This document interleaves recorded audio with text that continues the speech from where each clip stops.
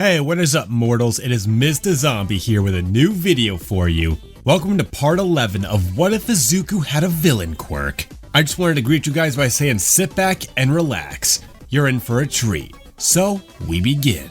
The final event had arrived, and the remaining contestants gathered at center stage of the Coliseum-like building. President Mike announced that the last competition was a one-on-one tournament battle between the students. Midnight called the attention of the students to her so that they could draw their lots before heading off for some downtime. Before she could begin the draw, Ojiro raised his hand in an act of forfeit. Izuku immediately questioned his choice in tandem with Ida. The tail boy explained he had no memory of what exactly happened in the last event, believing it to have something to do with his purple-haired teammate. Despite instance from his classmates, he did not sway his opinion. This prompted his other teammate from the match to speak up as well. Nomori accepted their withdrawals before peering around to find replacements for the two contestants. Kendo, a ginger-haired 1B student, suggested Tetsu Tetsu's group due to their persistence and drive in their match. The umpire quickly chose the steel-corked male and vine-haired girl from the group, once more having a full circuit. A sound effect plays from the hollow screen of the stadium, displaying the first round of matches. Midoriya's guard was instantly up as he stared at the name Shinso. He had absolutely no idea what he could be going up against, and it was worrying. A voice suddenly called out his name, making the boy jump suddenly as he turned to see his opponent behind him. He offered quick, calm pleasantries with the Verdinian-eyed team, only amping up the suspicion he felt. The stadium attention was shifted over to a series of games that were meant to entertain the attendants and the students. However, the students left in the last event were busy with an array of different things. The time had come for the real challenge to start as Cementos finished creating the fighting arena. Izuku took several common breaths, guilt weighing down on him on the plan he created. He couldn't take any risks with his opponent. He had no idea what his quirk was and he couldn't risk losing, not if he wanted to keep his oath he made in front of Todoroki. This left the student with no other choice than to take the mysterious general studies student down immediately. One giant plume of his toxin would take care of it. That much he was sure of. What worried him was how it would affect his foe. President Mike announced the two fighters, noticing the grim expression on the green-haired boy's face as the two stared at each other. "Before our match begins, Shinso, I'm sorry." The words left a visible look of confusion and some anger on the other team's face just as they were allowed to start. The baggy-eyed teen opened his mouth to respond, only to receive a massive plume of sickly green smoke in his face. The boy across from him looked pale and shaky. Midnight herself shocked at what had occurred. At first, the stadium was silent, until Shinso began to move. He looked wildly around him, whispering softly under his breath as he began visibly hyperventilating. Murmurs of shock and confusion passed through the crowd, cries of worry echoing as the teen suddenly crumpled into the ground in a heap, his face easing from its previous tortured look. Midnight gulped as she declared her protege the winner. No one in the audience cheered. All of his classmates were quiet. Momo saw the sick look on her friend's face and spoke up. "That was amazing, Midoriya! You won in one move!" Her cry motivated similar ones to pipe up from other students, mainly from 1A. The crowd anxiously joined in as Recovery Girl came to check in on Shinso.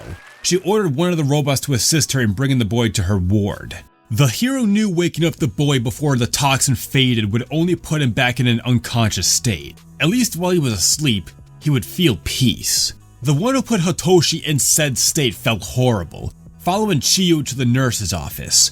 Heterochromatic eyes watched the back of his retreating classmate, a feeling of caution instilling itself in his mind as he remembered the promise the male made to him. Izuku felt slightly nauseous at his actions. Disbelief at what had went down reached his mind right now. He sat by the unconscious student's bed, the school nurse eyeing the Verdinian-eyed teen. "I hope you're not blaming yourself, Midoriya." The words brought a confused look to his eye. "Nomori has already informed me and several other staff members of your apprehension you have around your quirk. You had no idea what your opponent's quirk was and you neutralized him quickly. That's common in hero work, so stop panicking. I would rather not deal with another unconscious student." A weary smile appears on his face as he turns his attention to the television in the room. He watches as Todoroki wins his match and Momo unfortunately loses hers, despite her best efforts. A frown appeared on his face as he saw the expression on his friend's face and made note to cheer her up later. It was just as the next match was starting that a groan came across the student he was sitting next to. The green-haired pupil's attention snapped down from the screen as he anxiously watched Shinso. The boy was just about to ask what happened when he was cut off by another apology from his opponent. This only confused him further as he asked what exactly happened during the match. Izuku explained his strategy and his quirk to Shinso. A feeling of worry overwhelmed him as he wondered how he would take it. "That's one hell of a quirk you got there." The answer was very simple and left the recipient of the praise shocked. He looked at Hitoshi for any insincerity and found none. He questioned how he was so calm about this and why he did not find his quirk villainous. "Well, it'd be one hell of a hypocrite if I did, wouldn't I?" He stretched in bed as he looked at the boy. A look of sympathy came across his eyes. "My quirk is brainwashing. I can take control of anyone so long as they verbally respond to me. Trust me when I say that I understand the whole villain quirk bullshit. I've been hearing that shtick my whole life." Midoriya blinked as tears began falling from his eyes. He met someone who finally understood him, his pain, his struggle. He furiously wiped his eyes and put on a smile. I think we should properly introduce ourselves. I'm Izuku Midoriya. Hitoshi Shinso. It's nice to see that at least one student in UA seems alright." He offered a smirk as the boy across from him tried to defend his class. The two conversed for a few minutes as Recovery Girl gave them a quick checkup and had them return to the festival. After all, Izuku had a match coming up soon. The duo made their way back to the stadium where the Verdinian teen insisted for the boy to come with him to meet up with Momo. After a reluctant agreement, the boy calls over his friend, noting how she still looked down. "Yamamoto, I saw your fight in the nurses' ward. You did great against Tokoyami." The male offered in an attempt to cheer her up. She denied the praise, stating that she could have done better. "Don't say that!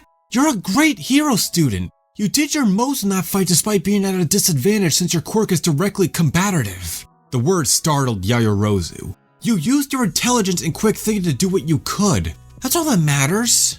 A grateful smile appears on her face as she hugs Izuku. She quickly composed herself and asked about the purple-haired student he brought with him. Introductions were performed before the last two battles were performed. It was quite interesting for the trio to see the draw between Tetu and Kirishima. In addition, Uraraka's strategy during her fight with Bakugo was incredible, despite her loss. The first round was finally complete, and the next rung of the ladder had been formed. Midoriya was silent next to his two companions as he began simulating situations that may occur in his battle, in his mind. His concentration was broken as the crowd began cheering. At the center of the field, Tetsu and Kirishima were arm wrestling to determine who would move on to the next match. After a close battle, the redhead overwhelmed the other male, winning his spot in the quarterfinals. President Mike announcing that the next match was up, calling forth the next two students. "This next match is sure to be a fight for the ages. Both these competitors took out their opponents immediately, leaving them without a chance." The announcer's words hyped up the excitement in the crowd even further. "Who will win this fight? Will it be the ice-cold Todoroki or the quiet Midoriya?" At the Midoriya household, Inko was surrounded by tissues as she watched her little boy. In another location, two more were watching the match with less pure intentions. All across Japan, people were on the edge of their seats. The two stood before each other, both holding a calculated gaze. However, if one looked close enough, they could see the spark of anger already in Izuku's eyes. The two figures tensed, prepared for the moment before President Mike would yell, "Start!" A wave of ice flew from Shoto towards Izuku, forcing the teen skyward as he projected himself to the top with a blast of his quirk. From his high ground, he let out a cry as he fired a giant wave of his neurotoxin, with his opponent attempting to use his ice to block it. "That won't work, Todoroki! My quirk may be disturbed by yours, but it's still a gas!" As he said that, the vapor crept around the objects, the field becoming a mix of nauseous green and crystallized blue. "The only way you're getting out of this is by using your quirk, or losing." Another wave of ice came from the heterochromatic boy, forcing the other teen to the left as he let loose another wave of his quirk. The pattern seemed to continue several times over, a fury building in the jungle hair boy's gut. Once more, a wave of ice came at him as he dodged once more. At that moment, he snapped. Both him and Todoroki were equally trapped by the other. His opponent had an advantage but refused to use it. "I thought I warned you, Todoroki! You had two ways of getting out of here!" His teeth gritted as his stance shifted and his eyes seemed to blaze with a blinding fire. "Since you won't listen to words, I'll have to show you I mean business." The angry shouts from the teen shocked his classmates. They had never seen the normally calm and collected adolescent so furious. Izuku roared as he let out a humongous cloud of his toxin. The air of the stadium was stained with the color of it. It was stained with the color red. Shock registered on the faces of 1A and Midnight as they watched the cloud descend on Todoroki. Never before had the color of Midoriya's toxin changed. It was the most bizarre thing to have happened in the tournament thus far, to them at least. They heard another cry of anger and turned to the green-haired teen atop the glacier-sized piece of ice. But it wasn't him that was uttering the cry. Suddenly, a spire of flame washed across the ice, melting a gigantic part of it. The student on top of it cried out in pain from the heat as he quickly used his quirk to avoid as much fire as he could. Midnight let out some of her quirk to disperse the cloud, so the crowd could better see what was going on. Todoroki had a terrifying face of rage on his face. Even Endeavor was shocked to see such a visage on the face of the unemotional teen. "Shut up, Midoriya! How dare you taunt me with the story I told you?" This statement caused confusion amongst everyone as the other male hadn't stated anything that could relate to that. Nomori puzzled over what happened, then a thought came to mind. Wait, the anger Izuku was displaying, the sudden color change, the way Todoroki was acting just now. The hero's thought began combing the events as she paled slightly. It's possible that, rather than hallucinating his worst fear, he's having a hallucination that is projecting forth a feeling of extreme anger. The son of the number 2 hero was merciless in his advance, letting loose wave after wave of both his sides. At last, one of his fire attacks launched his opponent out of the arena and into an unconscious state. The R18 hero noticed that the rage in the student's eyes had still not faded, and quickly went into action, using her quirk to put the boy to sleep. Those watching were at a loss of what to say. President Mike announced that Todoroki had won, and after a beat, the crowd exploded into cheers. Recovery Girl quickly swept in and left with the boys to heal them. The match left many people in deep thought. Midnight pondered the full ability of her apprentice and made note to arrange a meeting with him. Momo was confused about what happened between her two friends. Endeavor held a mixture of perverse pleasure at seeing his son use his fire and shock at the loss of his composure. Meanwhile, in a messy-looking room, two people sat in front of a small screen displaying the event. A smile is stretched across the blue-haired one's face. "This kid just got even more interesting.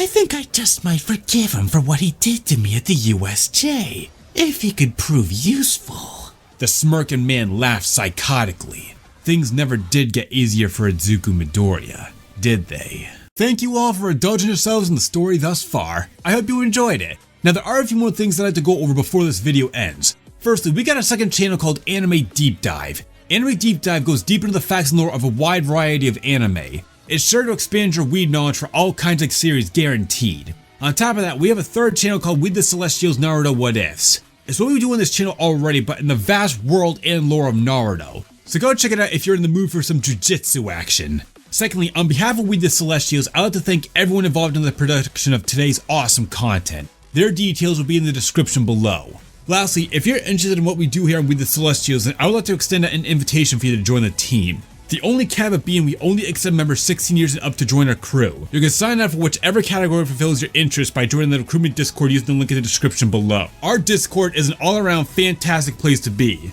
whether you're a fan or looking to join our band of misfits. We're always looking for more members to join us. Well, that's it from us for today's video. So thank you all for watching and have a great day.